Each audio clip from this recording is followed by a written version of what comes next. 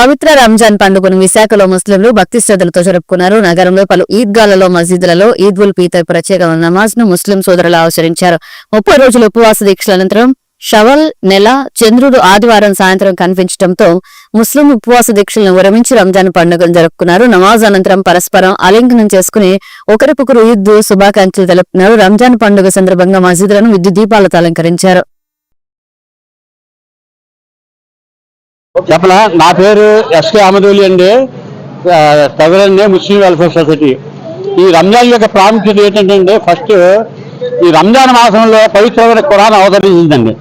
పవిత్రమైన ఖురాన్ అవతరించిందంటే అల్లా ద్వారా జిబ్రీల్ ద్వారా మనకు అవతరించింది. ఇది ఖురాన్ అనేటి గ్రంథం ఎవరు రచించింది కాదు, రాసింది కాదు, డైరెక్ట్ అల్లా చేత. అంటే మానవుడు పుట్టిన దగ్గర నుంచి చనిపోయిన వరకు ఏ పని చేయాలో చేయకూడదు ఖురాన్ ఉంది. ప్రపంచం అంతా ఈ ఖురాన్ కూడా అనుసరిస్తున్నారు.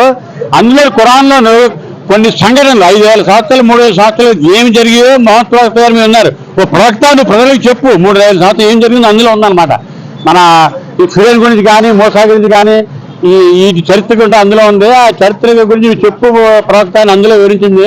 ఈ ఖురాన్ పఠనం ద్వారా అందరికీ పుణ్యం లభిస్తుంది. ఈ విధంగా ఖురాన్ 13 సంవత్సరాలు మక్కాలోనే 10 సంవత్సరాలు మధ్యలో 23 సంవత్సరాలు అవతరించింది అనమాట ఖురాన్ యొక్క విషయాన్ని. రెండోది రంజాన్ మాసంలో ఉపవాసం ఉంటారండి. ఉపవాసం ఉదయం 4 గంటలకు భోజనం చేస్తాం, సాయంత్రం 6 తర్వాత ఉపవాసం దీక్ష ఉంటారు. అంటే ఆకలి దప్పుకు తెలుస్తుంది. ఇప్పుడు రాజులు ధనవంతులు ఉన్నారనుకోండి, వాళ్ళు ఏంటంటే ఆకలి బాధ తెలియదు, 3 పనులు చేస్తారు. పేదల యొక్క ఆకలి బాధ తెలియదు. ఈ రంజాన్ మాసంలో ఈ ఉపవాసం ఉండడం వల్ల ఎదుటి వారి మీద ప్రేమ కలుగుతుంది. ఆకలి బాగా తెలుస్తుంది.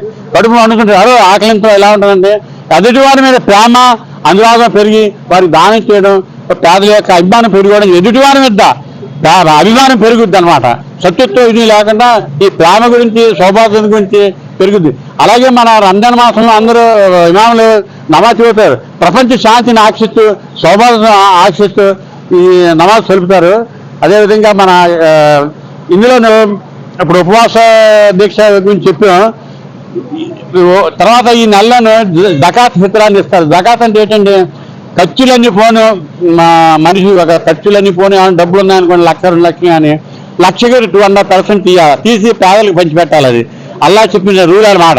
పేదలంటే మీ సమీపంలో బంధువులు కానీ సమీపంలో చుట్టాలు కానీ అలాగే పక్కోడికి కానీ ఎదుటివానికి కానీ. ఖురాన్ ఏం చెప్తుంటే నువ్వు తిట్టు ఎదుటివానికి తినిపించు, పక్కోడికి కూడా నీ సమయంలో కొంత చెప్పు, అంతేగాని నువ్వు ఎదుటివానితో తగాలాడకు.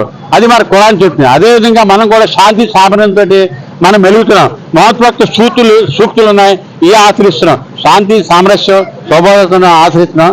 అలాగే మీకు జకాత్ ఫిత్రా అని చెప్పాను కదా, జకాత్ ఇస్తారు. అది పేదలకి అందరికీ పంచిపెడతారు. పేదలు అంటే బంధువులకి ఇస్తారు, పేదలకి ఇస్తారు. అందరు కూడా ఈ నెలలో ఈ స్వసంతలు దానాలు పంచిపెట్టడం వల్ల అందరూ సంతోషంగా ఉంటారు ఈ రంజాన్ మాసంలోనూ. చెప్పిన ఆదేశాల ప్రకారంగా అది ఆచరించి మంచి పనులన్నీ చేస్తుంటారు.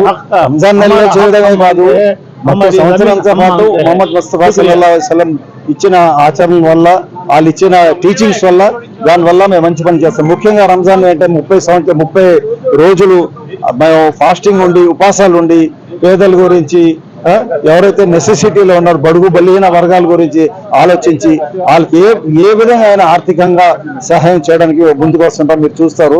దాని ప్రకారంగా మాకు మొహమ్మద్ ముస్తఫా సల్లల్లాహు అలైహి వసల్లం మా ప్రవక్త ఇచ్చిన ఆదేశం ఏంటంటే, మీకున్న డబ్బు, ధనం, మీ బంగారం, మీ సిల్వర్ ఏదున్నా సరే 1 ఇయర్ కన్నా ఎక్కువ స్టాగ్నేట్ అయి ఉంటే దాని వాల్యూ కట్టి దానికి 2.5% తీసి పేదల్లో పంచాలి. అది lakhsలో వెళ్ళిపోద్ది.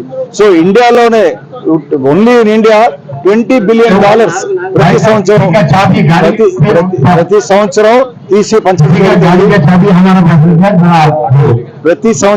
పంచడం జరుగుతుంది. ప్రతి సంవత్సరం ఇండియాలో $20 billion, world wide $200 billion Muslims తీసి వాళ్ళు బడుగు బలహీన వర్గాల ఏ క్యాస్ట్ అయినా ఏ రిలీజియన్ అయినా అందరికీ పంచాలా. ఇదే కాకుండా మంచి పనులు చేయండి, మంచిగా ఉండదు. ఏ దేశంలో ఉంటారో ఆ దేశం పట్ల విధేయులుగా ఉండండి.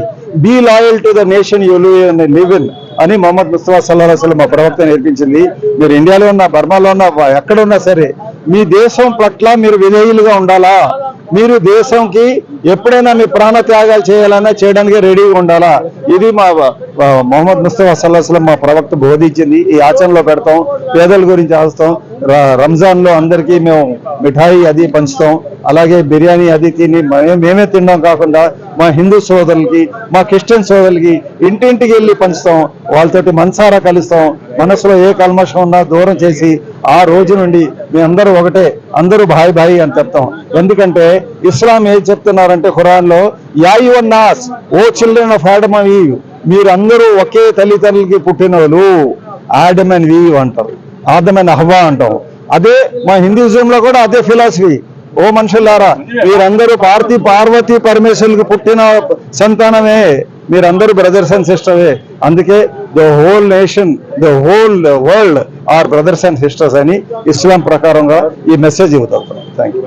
చెప్పనా, నా పేరు ఎస్కే అహ్మద్ వలి అండి, తగలన్నే ముస్లిం